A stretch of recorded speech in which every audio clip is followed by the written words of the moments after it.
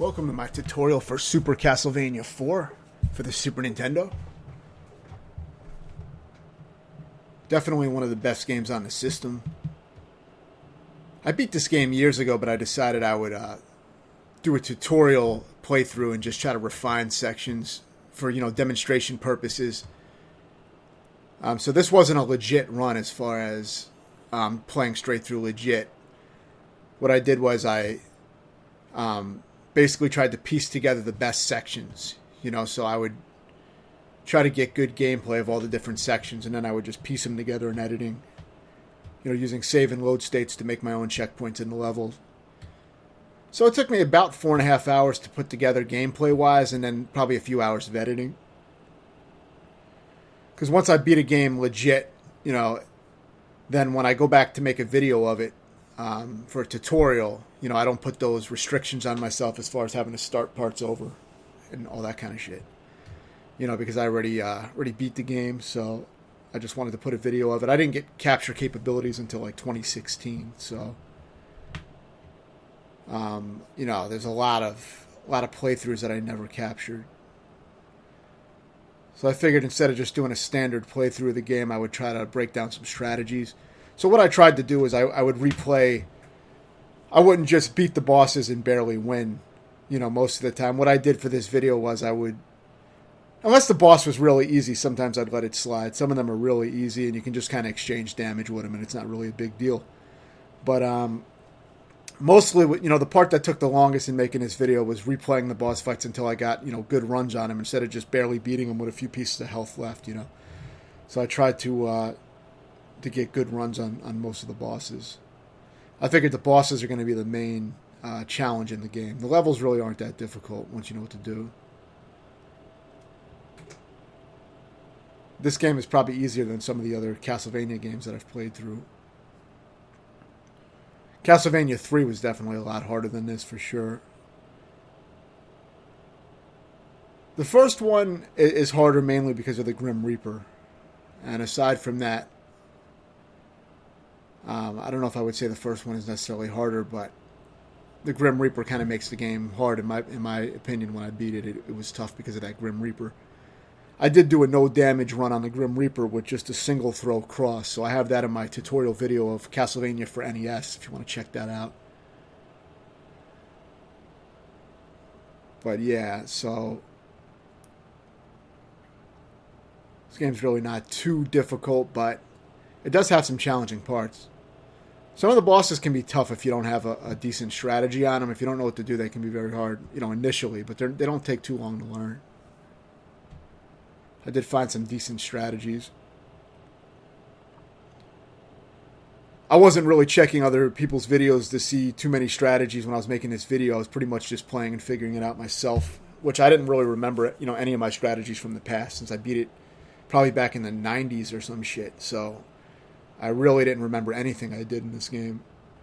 But I was just trying to figure out, strategies on my own to come up with my own strategies because I didn't just want to just copy what other people were doing in the game.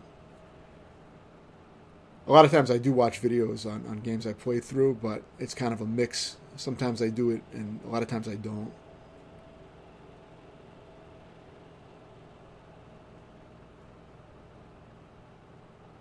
But yeah, I didn't want to be too influenced when making a tutorial.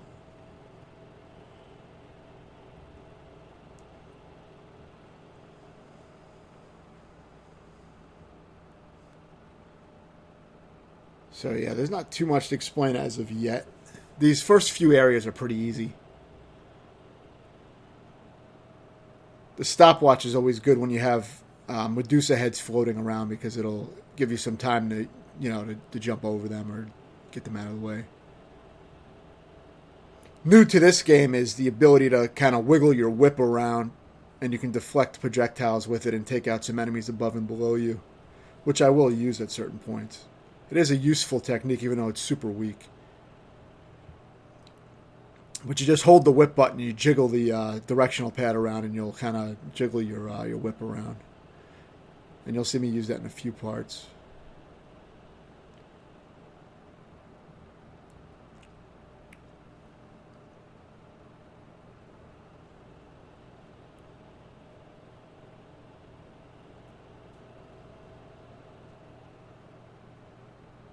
So yeah, for this guy, it's very easy. If you just stand on this ledge right here and just whip his head, that's mostly all you have to do to beat him. You may want to jump occasionally or adjust your position if there's a projectile coming right for you, you know. You see I'm being stubborn as hell. I didn't even bother to dodge that bullet because, I didn't really care. But, you can easily dodge them by doing a little jump like that.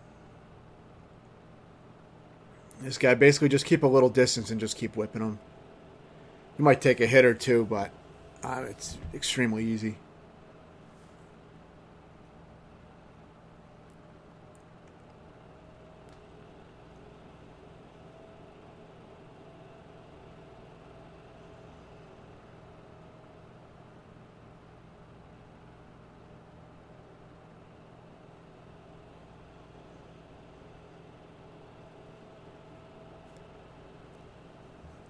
So yeah, here, just watch out for these hands and these little swamp creatures that come out. Still pretty basic, nothing too challenging as of yet.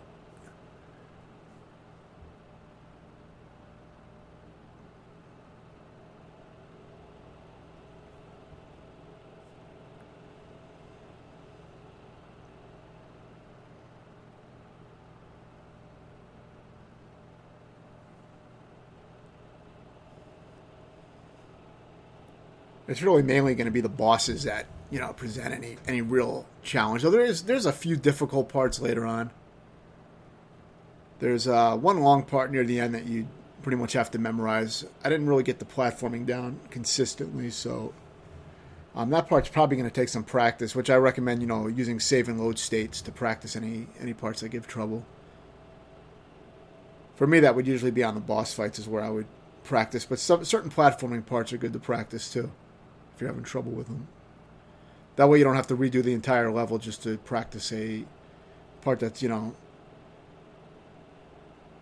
the end of the level or something like that. It's kind of a waste of time to keep going back just to practice for a few seconds before dying and start over again.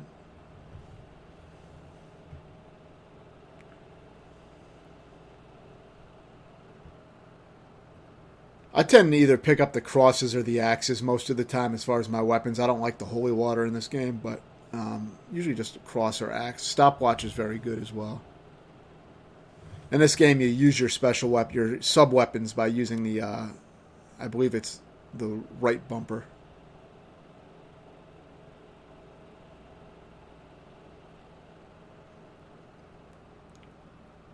So get that turkey there if you need it in the wall.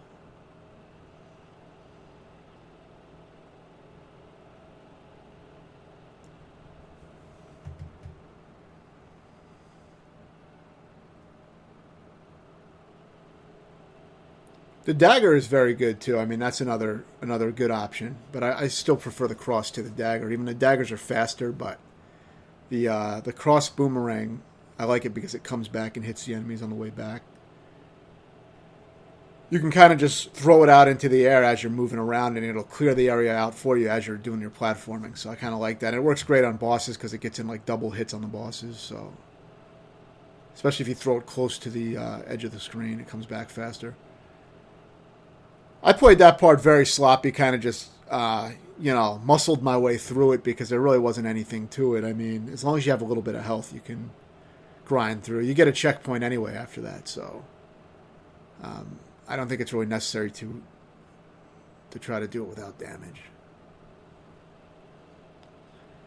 It's probably pretty damn easy to do without damage. I just didn't bother trying to practice it. Like I said, there's certain bosses I didn't think were worth trying to refine because they're just so easy to just bust through.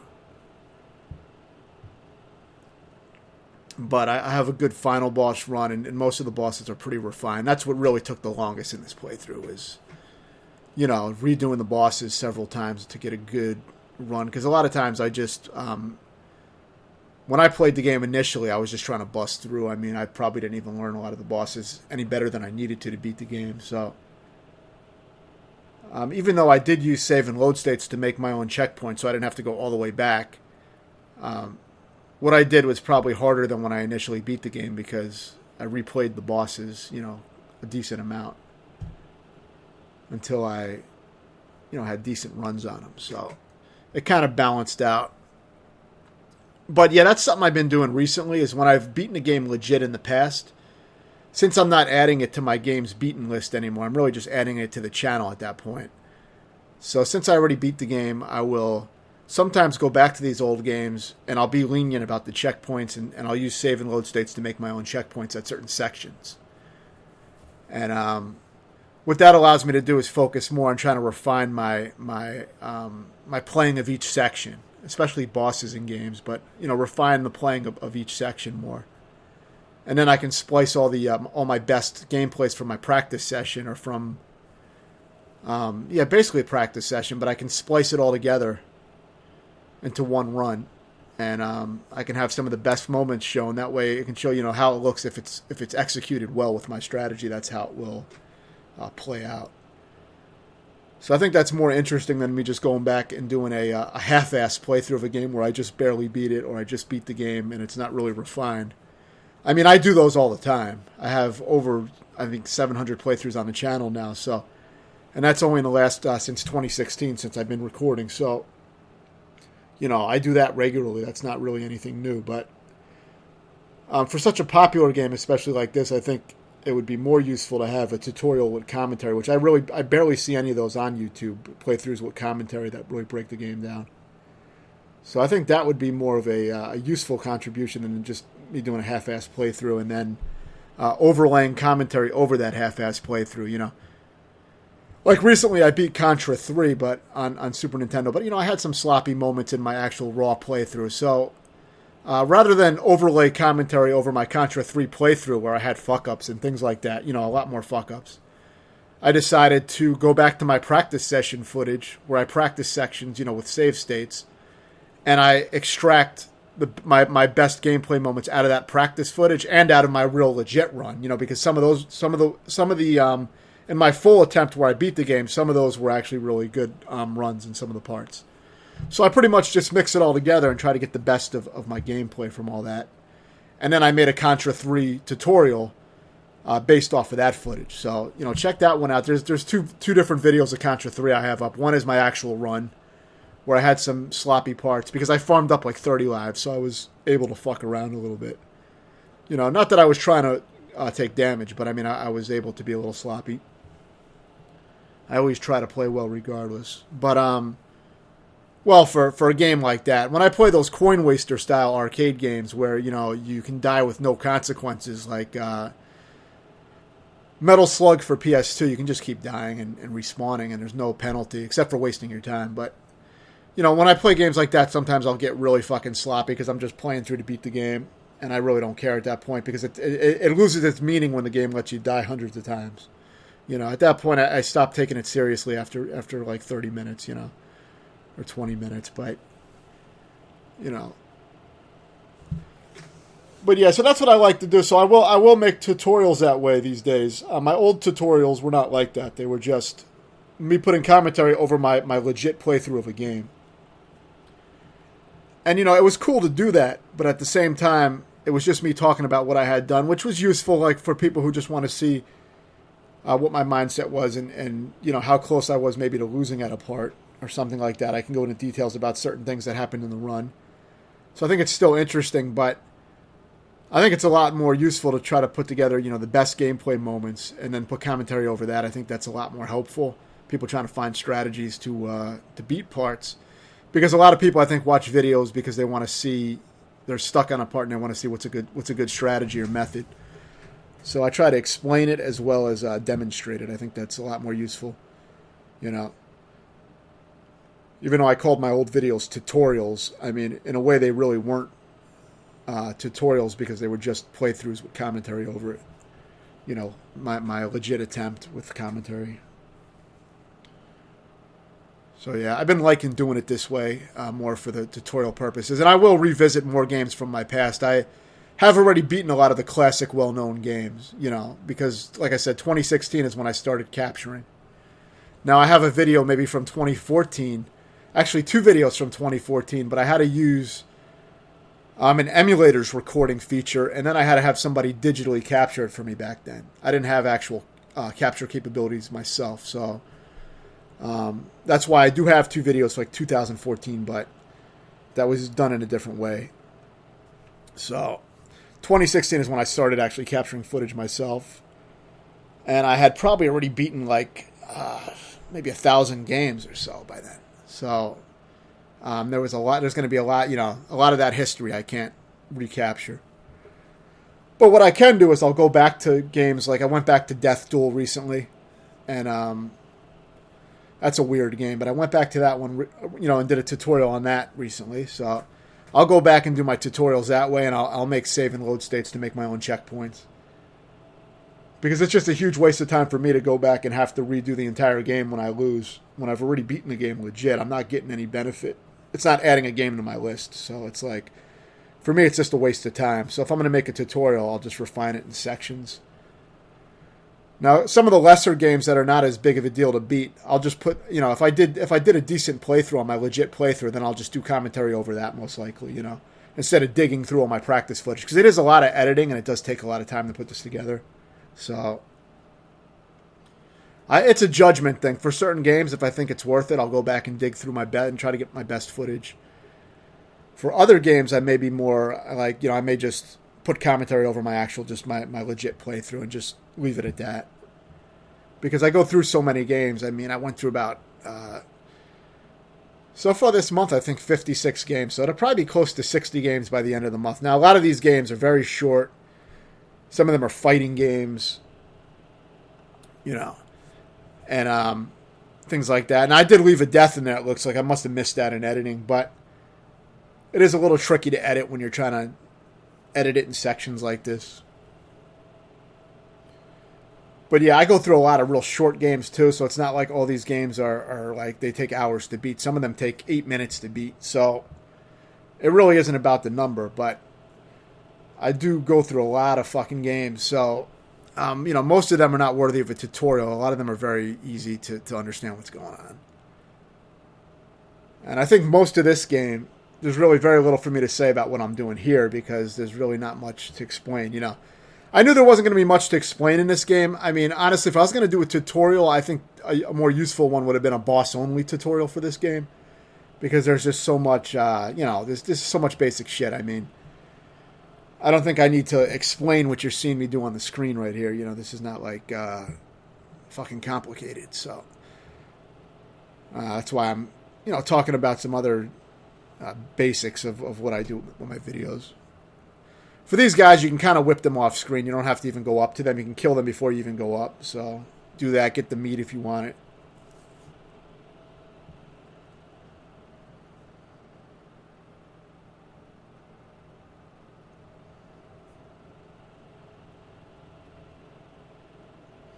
Yeah, but the channel, this channel is more about just documenting. I go through a shitload of games, so it kind of just documents that. And I go through, everything from extremely easy fucking games to extremely difficult. It's a whole range, and it covers the whole time period from earliest to most modern games. I play everything. I really enjoy the whole variety. So yeah, for this, you can kind of wave your whip around and deflect the bullets from the dragons. But mostly I just whip diagonally up at that angle. That's mostly how I hit them. And I'll use the whip sometimes to deflect the flames. I mean, I did do this kind of sloppy, but I mean, it works well enough. It wasn't a refined, that wasn't a refined boss fight. But I think it was good enough.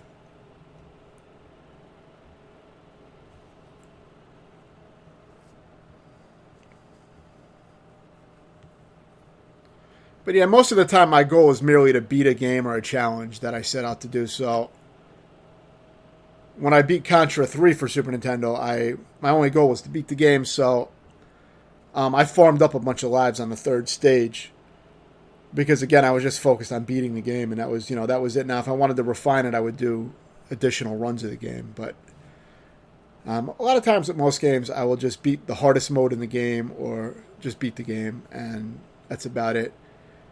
And if I'm doing a tutorial, then I will probably extract my best footage from my practice sessions. If I had to practice it thoroughly, then I'll have good footage. And I'll just dig through that and splice it all together into a tutorial. But I usually like to move on to the next game. I mean, I'll do the extreme modes, but then I like to, I don't like to necessarily go back. Like when I beat God Hand on hard, I wasn't really interested in going back and trying to do a no damage run or some other crazy shit. Usually it's like for me, I'll just beat it. I'll beat the hardest mode. I'll beat the game, and then I move on because I go through so many games, and I like to play a lot of shit. I don't really like to focus on just playing one game for hundreds of hours. I know speedrunners like to do that. I'm not really into that. I had a phase where I did that with Ninja Gaiden Black, where I went for over 40 million points, and that was hundreds of hours of frustration. But that was when I really wanted to test myself and push my gaming skill higher, and I had gotten injured from weightlifting injuries. I couldn't lift weights for about 2 years. I really fucked myself up by ignoring pain and shit like that, and I got heavy into Ninja Gaiden Black and just really pushed myself with that. But that was like a one-time phase in my life. I mean, to spend that much time on one game, it'll probably never happen again for me. I'll do a lot of extreme challenges, but not probably one game where I just try to totally, master a single game like that. For this, you can kind of just stay in one place and whip this guy. And that's why I didn't refine this, because, I mean, as long as you have a little bit of health, it's easy enough to stand there and just whip the shit out of him. I mean, there are ways to dodge all that, but I didn't even bother trying to learn it or practice it because it was just so easy. If a boss lets me sit there and whip it and only take a few hits, I mean, then I'm going to do that, you know what I mean? This part's kind of challenging. This takes a little practice and memorization. It's kind of a pain in the ass when you don't know what to do, because I didn't know where to go for a little while. I didn't watch a video, so I didn't know where the game wanted me to go. I may have checked the video in the end. I'm not sure. I have checked videos on some parts, and even in the tutorial I would check some videos, but I did it very little when making the tutorial. I mostly wanted to come up with my own strategies. But for parts like this, there's really only one way to do it. I mean, you're supposed to go somewhere, and if you don't know where to go, then, I think all you had to do was wait around and swing for a little while. I think I didn't realize that the game wanted me to wait on that thing for a while. But that's all you ended up having to do. But yeah, use save and load states and practice parts like that. Make sure you know what you got to do and got it down. You don't want to get hit by those Medusa heads while you're hanging, because then you pretty much just die. So you just got to know when to hang and like where to position yourself, basically, like with most of this kind of shit. Nice use of the Mode 7 visuals. I like the background effects. Some of the best music, too, on any game, really. This was an awesome fucking game. Great game. Yeah, super easy section. Like, a lot of this game is pretty damn easy, like I said. For these kind of games. I know it's relative to the player, but if you play a lot of these kind of games and you've played through them, then this should be mostly an easy game. It does have some frustrating, tricky parts, but a lot of, easy games even have, tricky parts. So yeah, that's one way you can die. I guess I didn't edit that out. It is hard to catch everything. I would have to watch the entire video to catch all this. And I didn't really sit through and watch everything. But yeah, basically you just need to know where to move to. That's all this really is. It looks harder than it is because when you don't know where to go, that's when you usually die. You just got to know where to go. If you follow the successful path that I'm taking, you should be fine. And again, I do recommend practicing it with save and load so you don't get back here and then die and have to start the level over. Because when you use a continue in this game, you do start at the beginning of the entire stage, from what I remember. Though I think there are a few checkpoints where the game does let you continue from your latest checkpoint. I have seen that happen when I went to the continue screen, but I didn't really test it for this run because I wasn't really going back to the continue screen too much because I was using save and load states to play through this time. So I cannot really say with certainty how that works. You do have unlimited continues, though, and passwords, so the game is very forgiving with that. But it's part really not hard. It's a little bit just boring. You just wait around. I'm not really a fan of these kind of parts, in games too much. It's just kind of like once you know where to go, you're just waiting around for the platforms.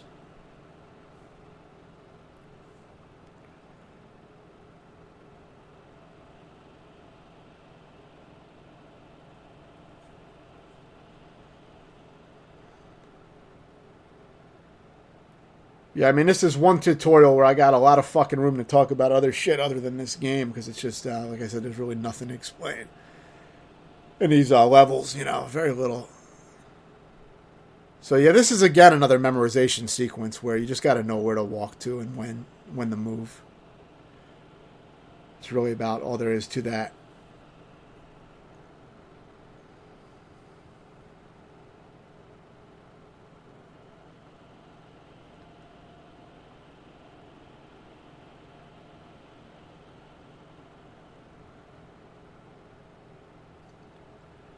So yeah, for these guys, a lot of times you can just crouch and whip them. I don't think they can. I'm not sure if these ones spit low. Maybe they do, but you can usually whip them from underneath, or you can just whip the fireballs as they come out pretty easily. It's a lot easier to whip the fireballs from those guys than it was in the first game. Especially because you can just dangle your whip around and move it around, just kind of just wave it around, and you'll block them. For this, I like to sit on this second block here on this platform and just keep whipping. Now, you may take some hits. It's not a safe spot, but it's a safer spot than some of the other spots I found. So just keep whipping them. Maybe throw out your axes, when you can. That's all I really did. It was a pretty easy way to deal with them, instead of trying to move around and, run around everywhere. I thought this was a pretty easy method that most people are going to be able to duplicate. It's not complicated at all. You may take a few hits, but you should be all right.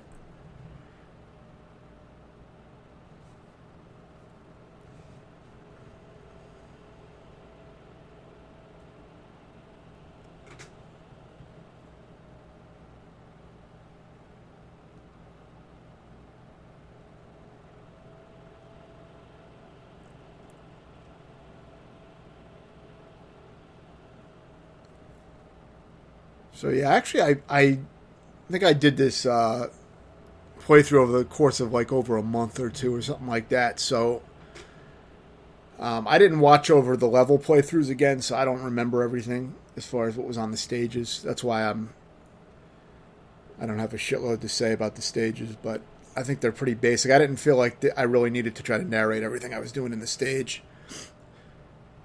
I feel like it's kind of pointless to just ramble about whipping candles and shit,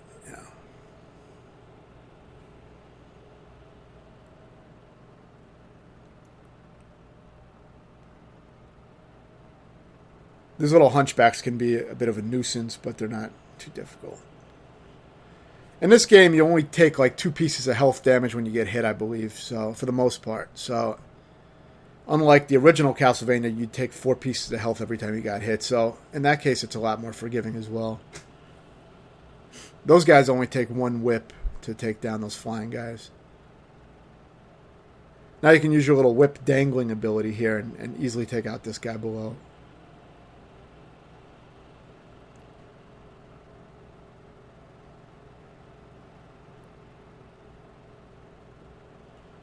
Just want to make sure you take out those flying guys before you jump to the next platform, because they'll easily knock you into the pit.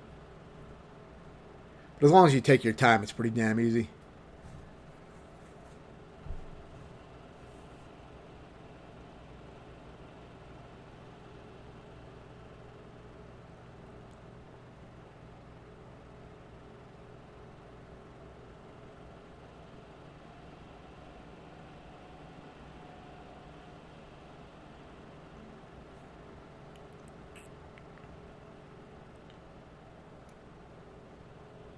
The bats are probably the most dangerous thing here. I mean, the skeletons are very easy. Another very easy section, though. Really not much to it.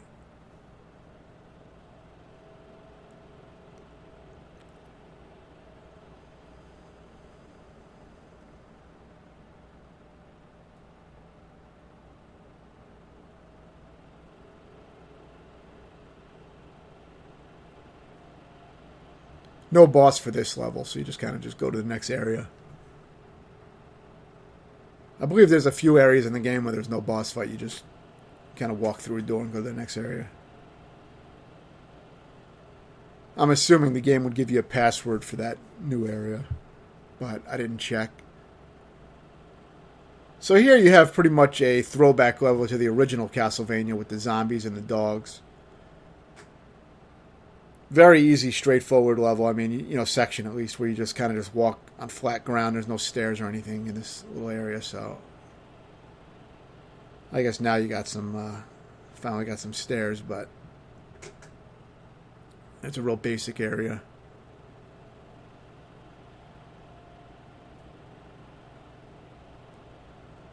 I usually avoid the holy water. I don't find it too useful in this game. In the first game, it was great. It would stun enemies in place and you could whip them to death. Especially for the Grim Reaper if you knew how to do that. But in this game, I don't know, it doesn't seem to be that useful. That was a little sloppy, but...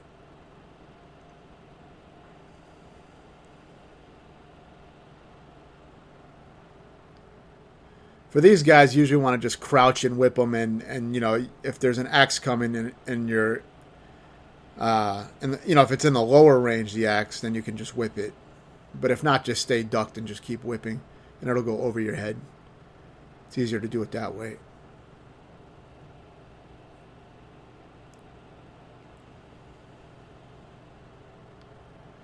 See, this part is very easy. You're just going to do some basic platforming. You know, just be careful with not jumping too far as the thing's moving.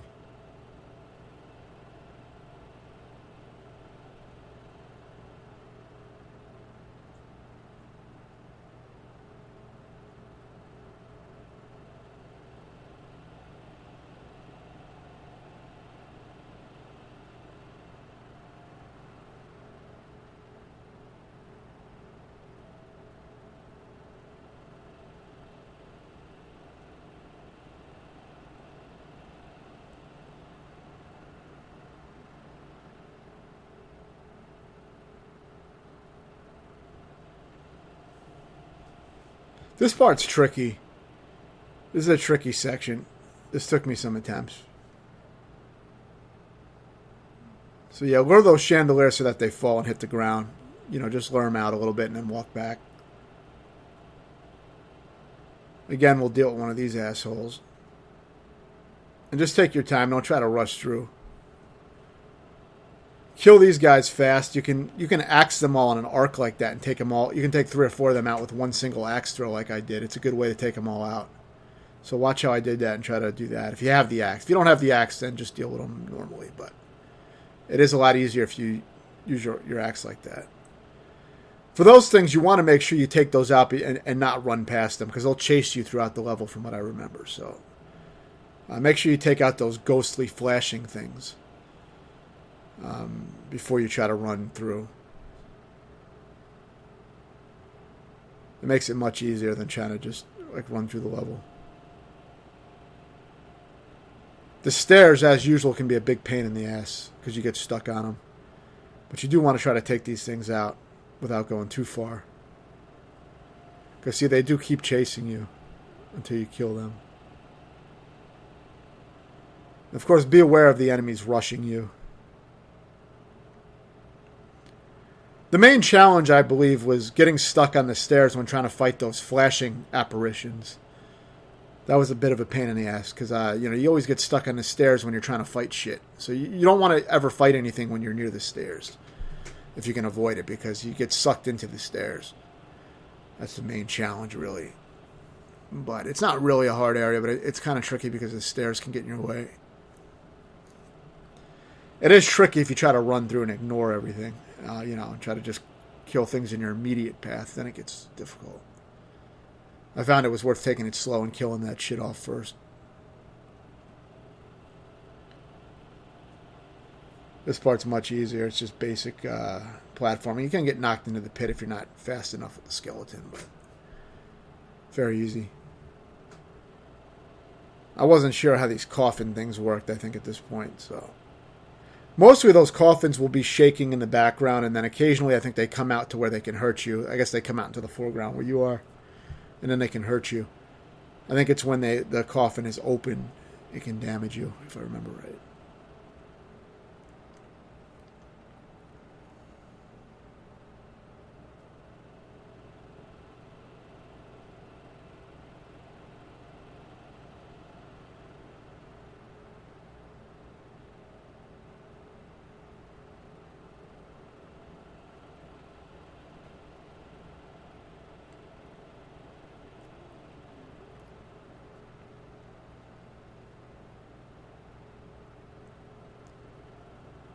Yeah, a lot of skeletons here. The red ones, of course, will come back to life, so stay away from their bones. You don't want them to rise back up when you're standing on them.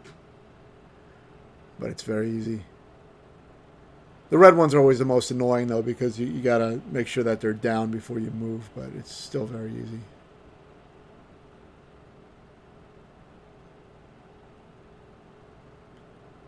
Try to take out this guy from below before going up.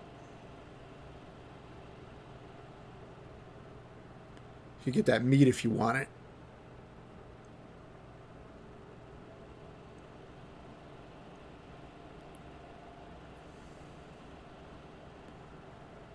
They seem to have trouble hitting you when you're crouched, so, just take your time and kill them. Watch out for those hands. But, I mean, as long as you duck and whip from a decent little distance, they can't really get to you, so. Very easy.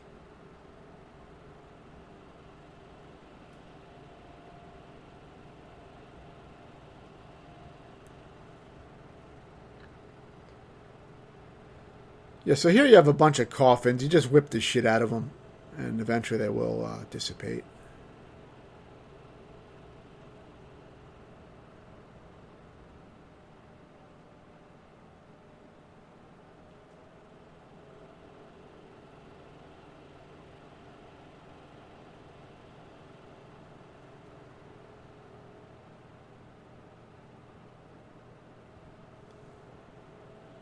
Yeah, so kill the ghosts. You might be able to just run past them. I don't know if you really have to kill them, but if they're in your way, definitely eliminate them.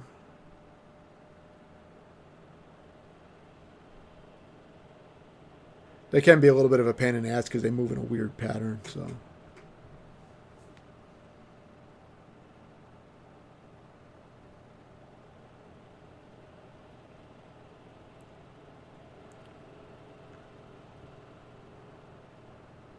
There's a 1-up in that wall, so get that if you want it.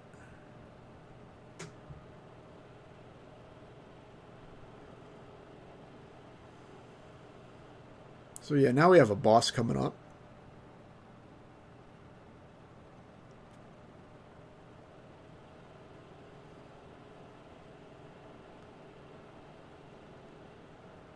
Yeah, for this boss, I think I just mainly just stayed up on that top area and just whipped it. And then if I got knocked down, I'd whip it from wherever I was at.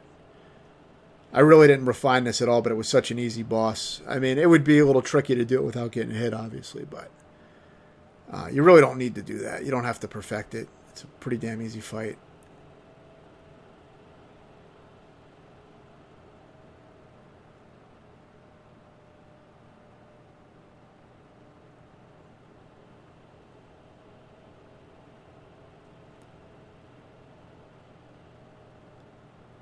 So yeah, we got more of the same enemies mainly. I mean, there's some different skins on the enemies, but they're pretty similar to what we've been dealing with.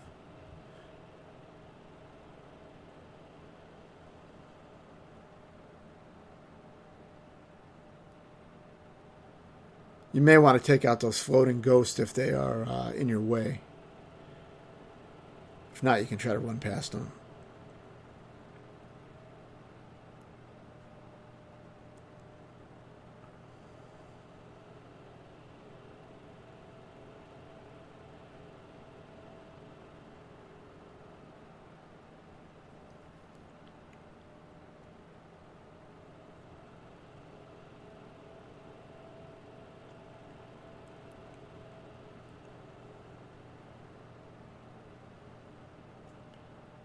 I think at this point I wasn't sure if there was any items or anything in the wall, so I was just checking, but not that I needed any health.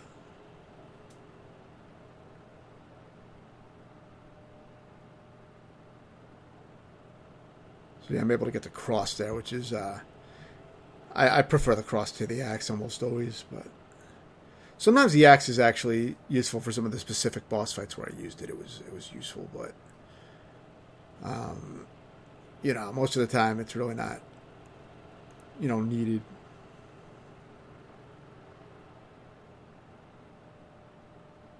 I mean, the bosses are usually easy enough to take out with just the whip anyway, once you know what to do.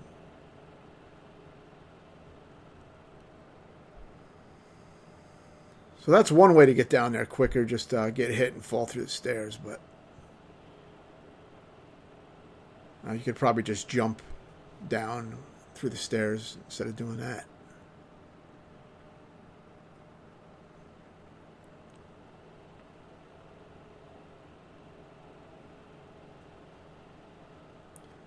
So yeah, now you got a little bit of a tricky platforming with these books, but it's pretty easy.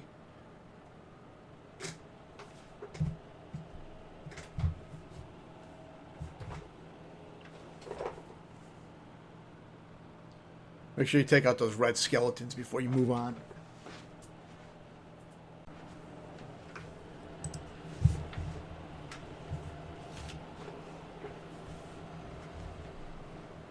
So yeah, make sure you take out these groups of bats. They can be kind of annoying when they swarm at you in a group.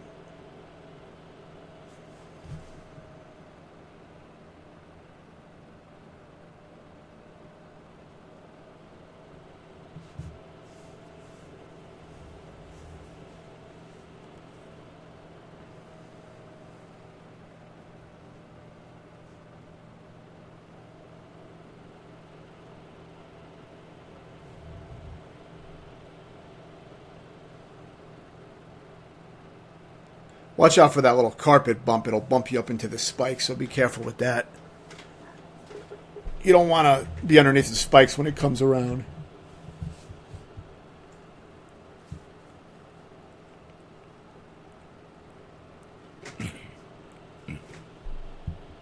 Yeah, Castlevania 3 is another one I got to finish off. I have that in progress, but I never beat that game, so I'll probably have it up at some point in the future.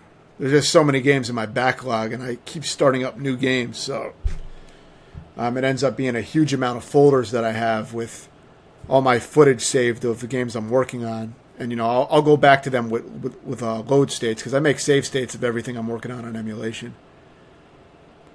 I never cheat as far as using them to make my own checkpoints. What I do is I use save and load states to practice games real efficiently before putting them together. But a lot of the games I'm working on have unlimited continues. So if it's a game that has unlimited continues, I will go back to it later with save states, you know, because it lets you continue infinitely anyway. So I may go back to a game months later, sometimes even years later. But I have a lot of games like that in progress that I got to finish off.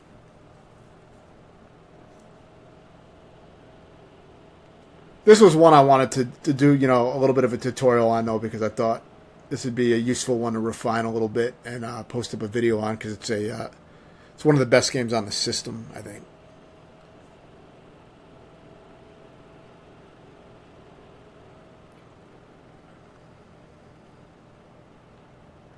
There's a lot of obscure games that I beat in the past that I don't know if would necessarily be worth revisiting just to do a tutorial of, you know, but some of the better ones are definitely worth beating again and putting up a video.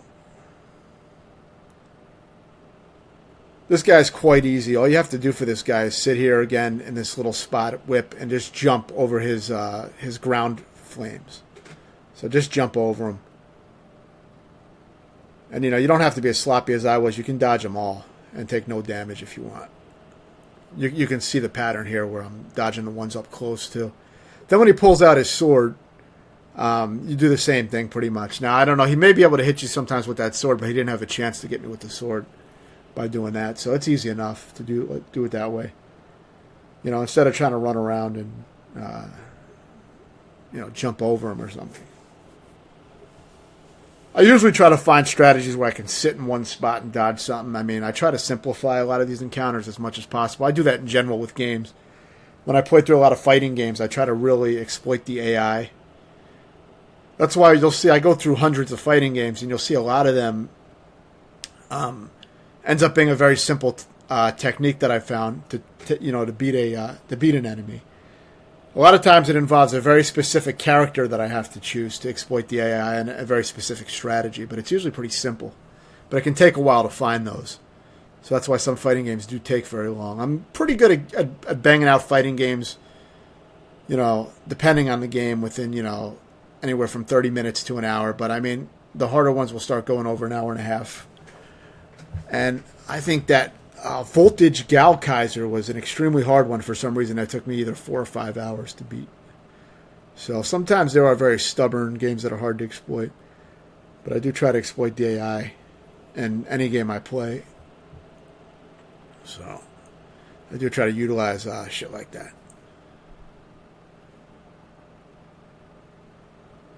So, I mean, that's one thing that may make some of these videos useful, these tutorials, because I usually find a lot of exploits for bosses and things like that to make things a lot easier. Even if some of them take a long time to find, you know, they're a lot of times not too hard to execute. So they're good for tutorials. So yeah, more platforming here. The main nuisance is these eyeballs floating around. They can be a pain in the ass. It's good to try to get rid of them if you can, because they're going to cause a lot of problems.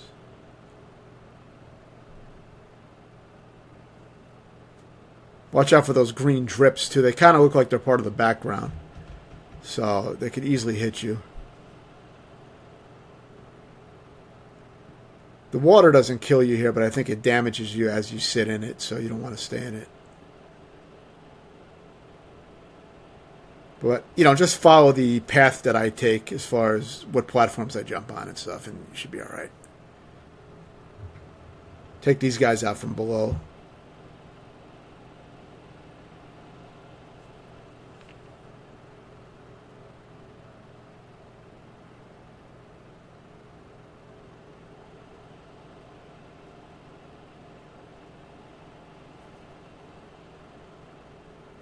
As long as you duck here, that thing can't hit you, but it's better to ride the platform, I think, to get up there. I don't know if you can get up there without riding it.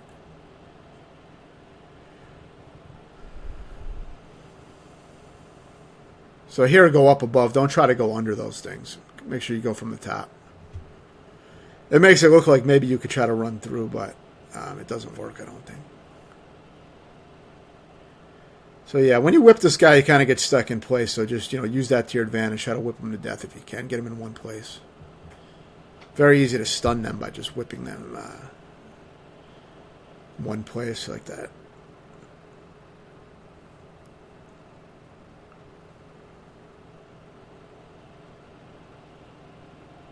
Get a little meat there if you want it.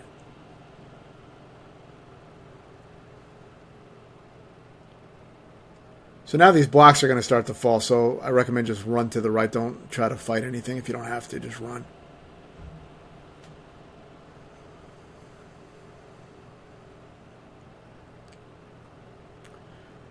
And you can kind of get an idea. You'll see where it says save state on the screen. Those are some of the sections where I made checkpoints.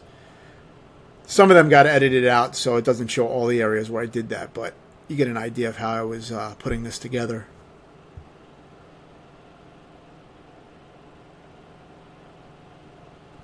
With all my playthroughs, I'm very transparent. I don't try to hide anything. I always explain how I put runs together and what it took.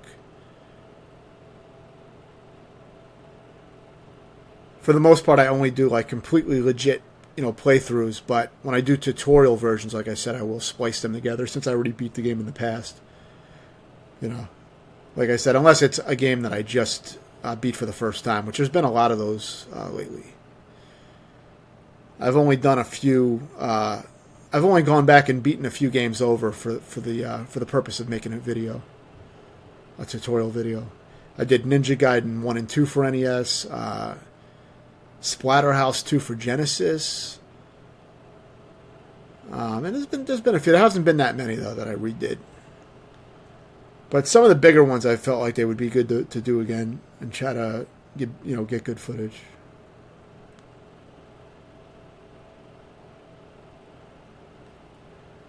I mean, this is really, really fucking easy. You just take your time.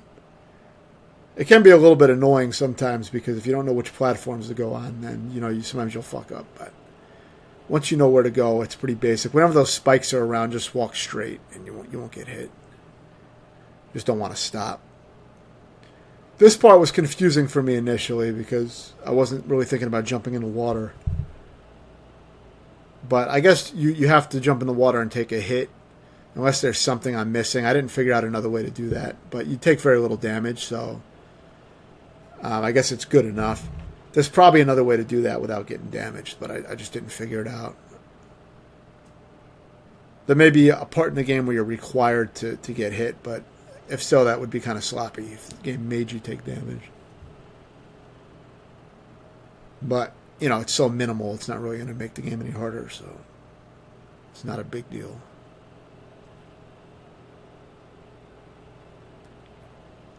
The spike part is very easy where you go under the spikes. You just crawl, you know, crouch and walk. And I don't think the spikes can hit you as long as you don't stand up, you know, directly under the spike.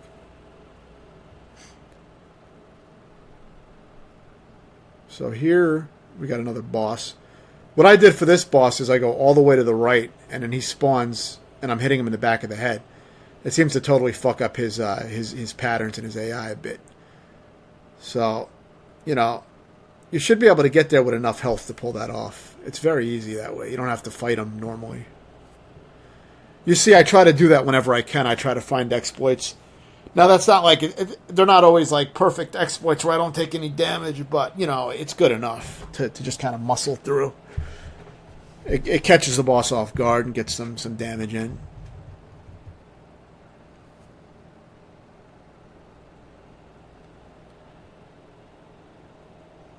I think that's one thing you'll find in my videos and tutorials, you know, that I do often is, you know, exploit AI and find cheap little tricks like that make difficult encounters a lot easier. So it's just kind of how I normally play games, you know, so it does come out a lot in videos.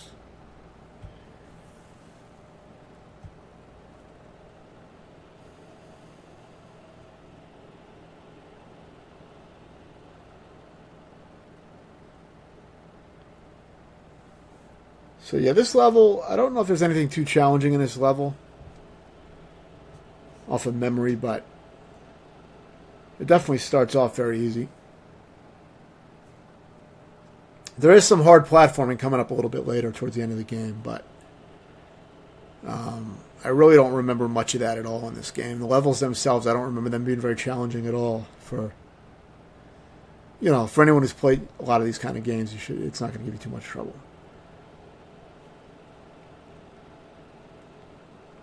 Even for the final boss, there is a hidden area before the final boss, which I'll show, which allows you to stock up on tons of crosses or boomerangs. So you can utilize those in the later phases of the final boss fight to make it much, much easier. And I'll explain all that.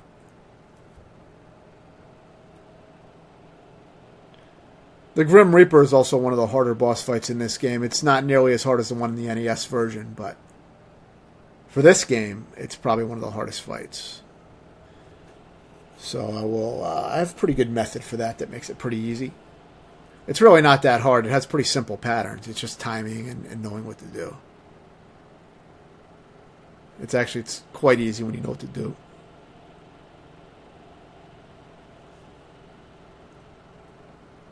There's maybe one part of the Grim Reaper fight that I didn't know how to dodge. I never figured it out. I probably could have watched a video or something, but I didn't bother. I mean, there was really only one part that gave me trouble.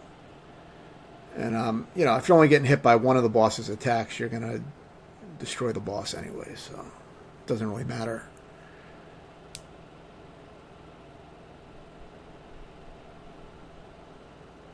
So, yeah.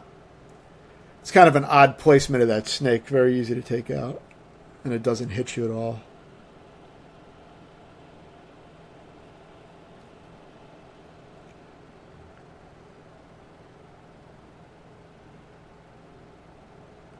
Another very easy snake. If you need that rotten chicken leg, you can eat that.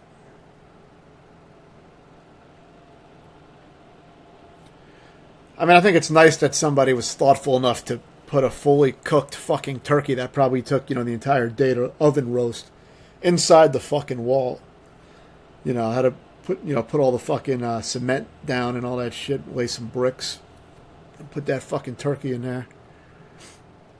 It was a nice gesture. I mean, nobody would usually find that in time, but I mean, if it's a little bit rotten, who cares? I mean, it's still meat. There's nothing wrong with fucking meat.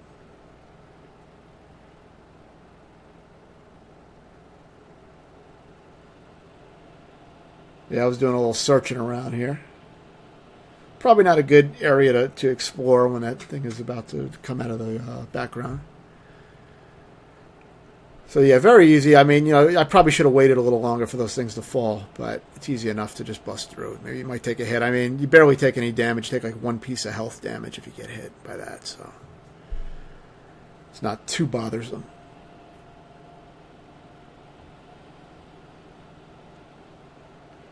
So yeah, I was a little overly aggressive. I could have just sat here and whipped the snake. I was just being impatient. So, you don't have to do that.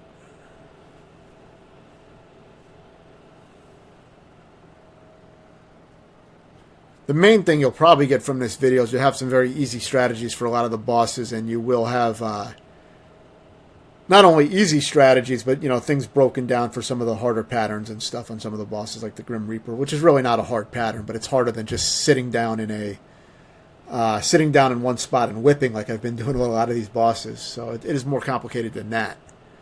So I think after watching this video, you will have a good understanding of all the boss fights for the most part. Enough to be able to beat them all with a little practice. And you can, of course, always skip just to the boss fights and just get all the boss information. I think most people use these videos for specific parts, if they're stuck on a specific boss. So it's also useful for that.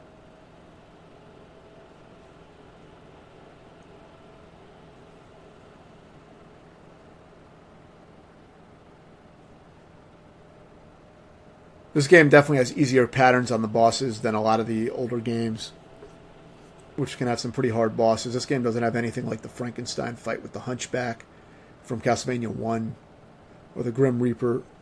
It's definitely an easier overall. The bosses are definitely easier. I'd say the game is easier as a whole as well. I mean, it's a longer game than the original, but the original is I think, a lot harder because of there's just certain parts in the original, like the Grim Reaper and the Frankenstein part, that can be quite difficult. So I would say that those few parts probably make the game harder as a whole. It took me a while to beat Castlevania 1 for NES legit. I beat the Japanese one first, the Japanese version, because that one's easier. And that gave me an idea of the layout of the game. And then eventually I went back and beat the US version. But the main obstacle for me in the US version was that Grim Reaper. It took me a long time to be able to beat that. So yeah, for this, you want to whip this bat and stay in the center of his body for the most part. For this beginning part anyway. And then you want to get away from him because he's going to charge in. So you want to do this for a little while and then just move away from him. After a few whips, just get to the other side of the screen. You'll get a feel for the timing. It's just a matter of getting a feel for it. The basic idea is don't spend too much time standing there whipping up at him. Just, start moving in the other direction after a little while. That's about it. It's pretty damn easy. Now, he has some fairy dust that he drops on you that doesn't hurt you at all. It's just decoration, so don't worry about that. It's those big clumps you got to watch out for. So, yeah, get in the middle and just whip up at him, and the clumps will... you'll be in the middle of the clumps and not get hurt. But then this is the hard part of the boss fight as far as this boss fight. It's not really that hard, but you just have to whip these bats and kill them. So just try to keep your distance and whip them when you can. I actually played this part pretty sloppy, but it was good enough. But you get the idea. This is really the only challenging part of this boss fight. The first part's very easy.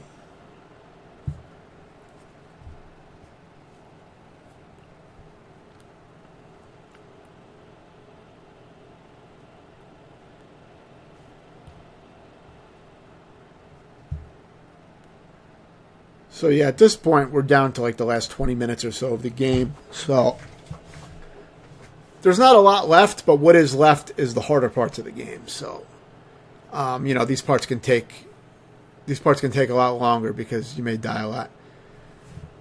Now this level has a tough platforming section with no checkpoints. So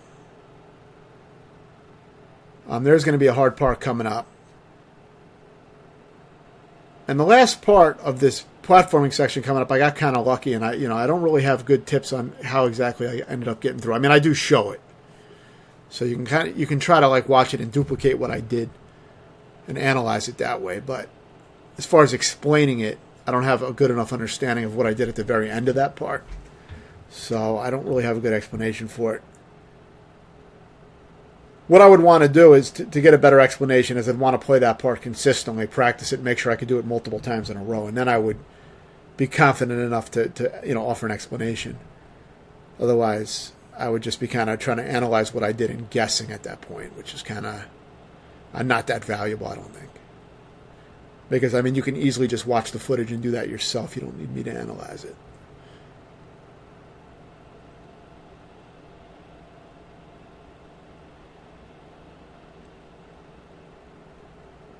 So, yeah, I mean, this part's really not hard. It would be if you tried to, jump through all these guys, but you're not going to do that. So that's one way to get up there, get hit with the axe. Not very smart. Now, I always get hit by that gear. I try to lure it out and then retreat, but I always get hit by that one gear. I don't know if there's any way to avoid that. If there is, I have no idea how to do it. I tried several times to try to learn how to avoid it with save states. I practiced it a few times just to see if I could not get hit by it. Now, it may be something very simple that I'm not understanding, so if that's the case, then, just do what works. Yeah, so you got a very easy snake here. It's pretty much out of harm's way. You just whip up at it. It's not really in a position to do much to you. So now you're just going to ride these things up.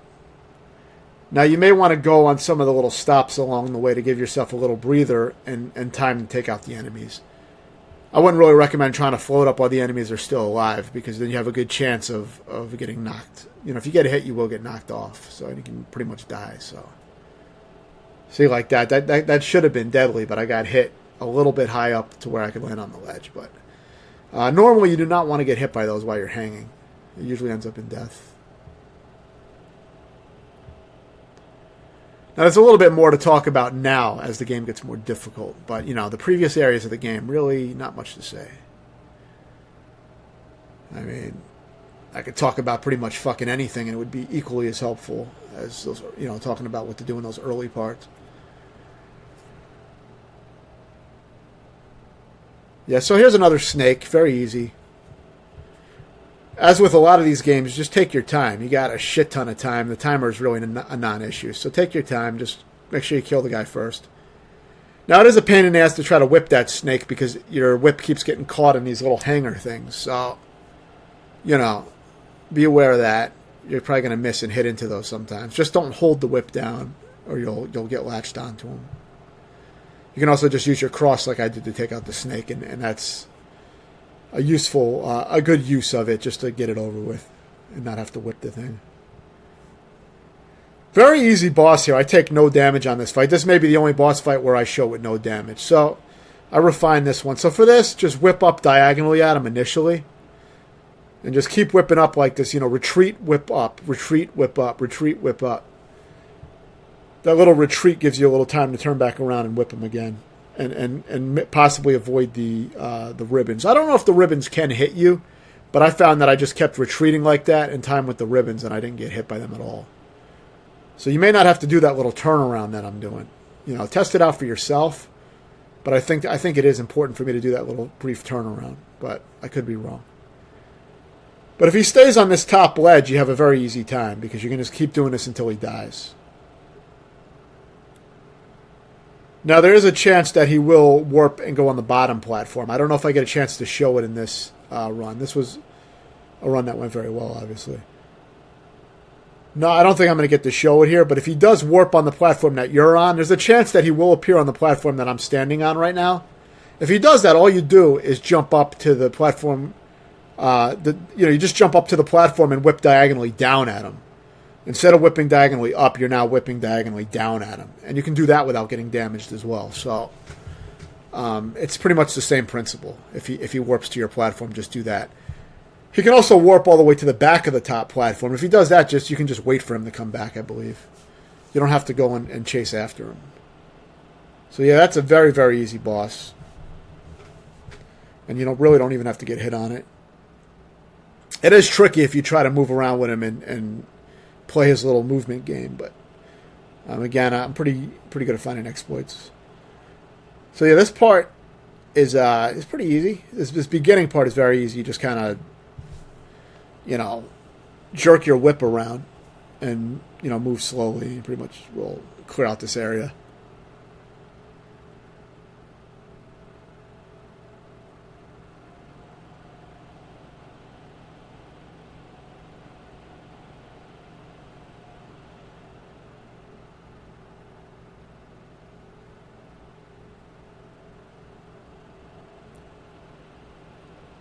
Actually, the difficult platforming section is more towards the end of the game. It wasn't in that previous area. I thought it was going to be in that previous area, but no, it's going to be a little bit later.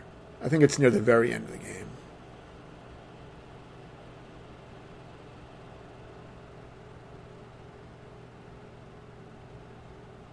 The end parts of the game are really the main challenge in the game. The game is really not that challenging or difficult, I would say, except for most players. That are familiar with these kind of games until like the very end of the game. For this part, you just run. The bats won't hurt you until you get, you know, across, so you can just take the hit when you get across.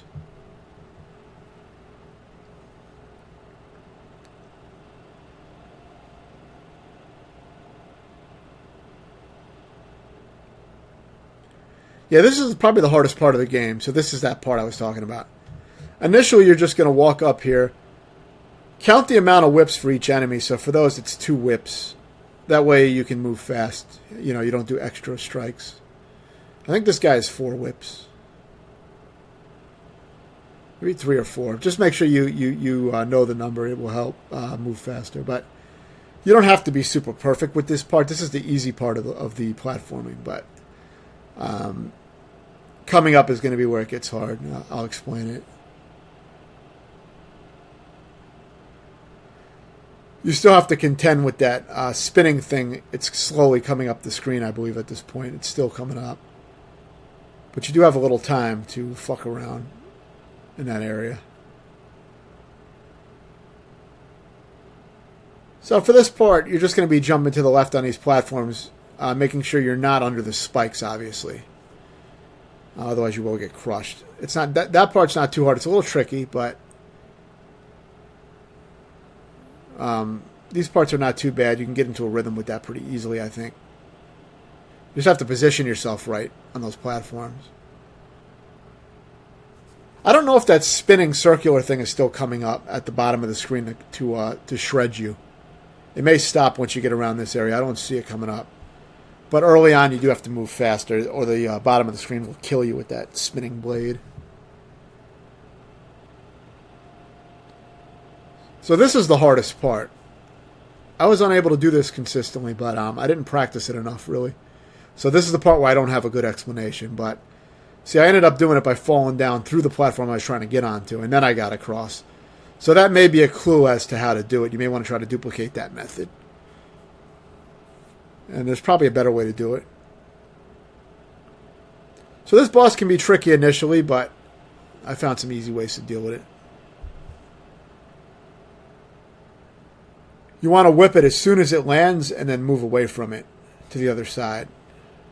See, start moving to the other side. Again, crouch and whip. Again, and you just repeat this until his armor comes off, I believe, is when he goes into his second form, when he adds an extra move. But it's very easy if you just crouch and whip and keep moving. You know, you move to the other side. Each time he goes up, you start moving. So now his armor comes off. He's going to start charging. So what I do is get on these top things. Once his armor's off, I start getting on these top pillars and whipping and crouching and whipping. See, I get on here and crouch and whip. What that does is when he charges, he'll charge into my whip. And he won't hit me with his charge move. So I found that to be the best way to deal with his second phase. So yeah, once his armor comes off, that's when he's in this second phase where he does this little charge bite move. So just be aware of that, and that's when you start switching your strategy to jumping up on the pillars and ducking. It's similar to the first phase, except you just add in the jumping up on the pillar. So now I'm not sure if they give you a checkpoint after this, or when you continue or lose a life. I'm not sure, but it's not a hard fight. you do get some health back from these candles. I didn't practice this too much at all, so this phase is going to be a little sloppy because I found it pretty easy.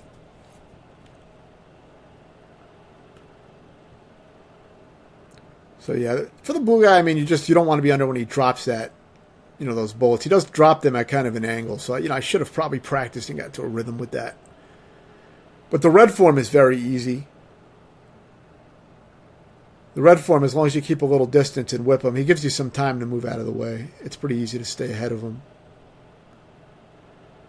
I mean, you shouldn't really even get hit on this guy.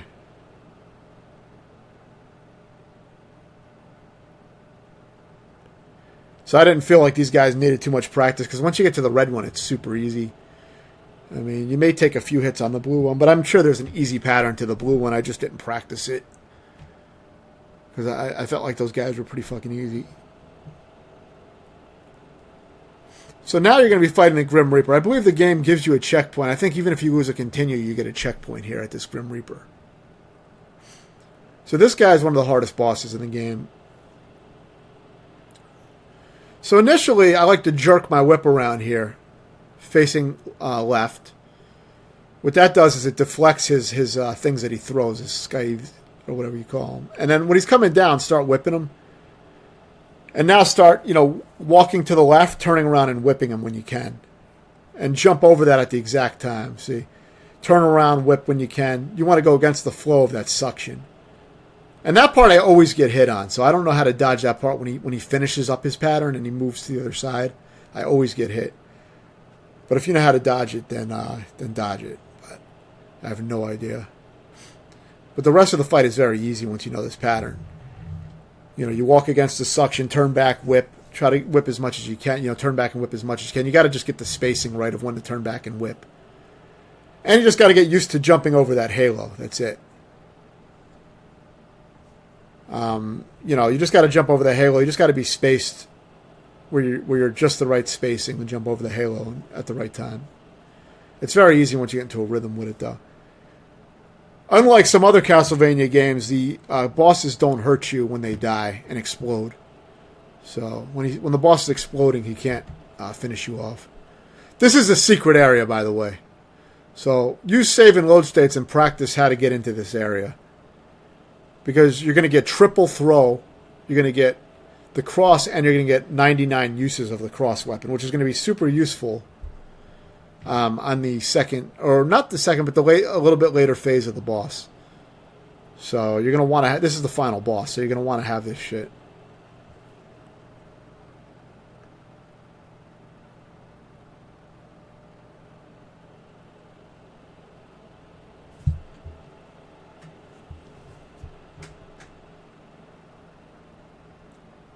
So yeah, for this boss, there's two ways. First, you want to whip the head immediately when he's appearing.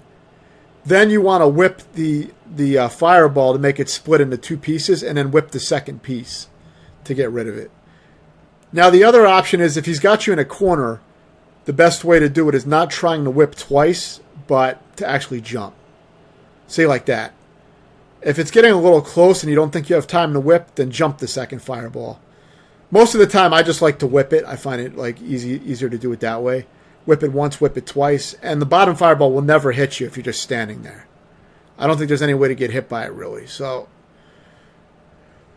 the bottom fireball seems to be mostly for decoration. So eventually he's going to start throwing out these little orbs that go around. This will give you a chance to hit him multiple times instead of just once. I believe you may be able to hit him multiple times when he's doing all this. Yeah, see? Or maybe when it's the fire, you can hit him multiple times. But now he's got the fire coming out, which the fire is the hardest phase because they can easily hit you. But if you have those three crosses that we got, the idea is to put them out in the play field so that there's always crosses moving around. And by doing that, you're getting tons of hits on the boss, and whenever the flames come, they're going to get nailed by that too. Just be careful because when you destroy one of the flames, they can fall down on top of you and hurt you. So you want to get away from them. They fall down on an angle, which is a pain in the ass. So you do want to avoid that.